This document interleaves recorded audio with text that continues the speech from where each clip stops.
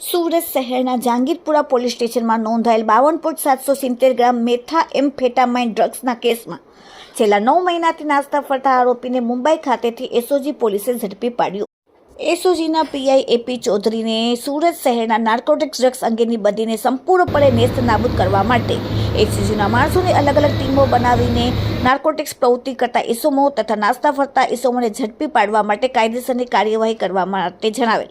જેથી એસઓજીના માણસોને મળેલ અંગત બાતમીના આધારે જહાંગીરપુરા પોલીસ સ્ટેશનમાં નોંધાયેલ નાર્કોટિક્સના ગુનામાં નાસ્તા ફરતા આરોપી મુંબઈ ખાતે હોવાની હકીકત જણાવેલ.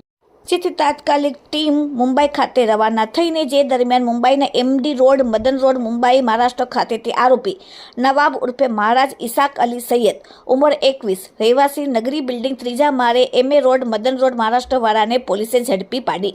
આરોપીની પૂછપરછ દરમિયાન હકીકત જણાવેલ કે ગઈ તારીખ 6/2/2025ના રોજ સુરત શહેર એસઓજી દ્વારા આરોપી ભરતભાઈ પટેલને પકડી પાડી તેની પાસેથી કિંમત ₹5,27,000ની કિંમતનું 52.770 ગ્રામ મેથાએમ્ફેટામાઇન ડ્રગ્સનો જથ્થો ઝડપી પાડેલ. જે ગુનામાં તે 8 દિવસ સુધી પકડાયેલ નહોતો અને ડ્રગ્સનો જથ્થો પોતે આપેલ હોવાની હકીકત જરતા તે નાસ્તો ફરતો હતો. હાલમાં પોલીસે તેને ઝડપીને કાયદેસરની કાર્યવાહી કરી.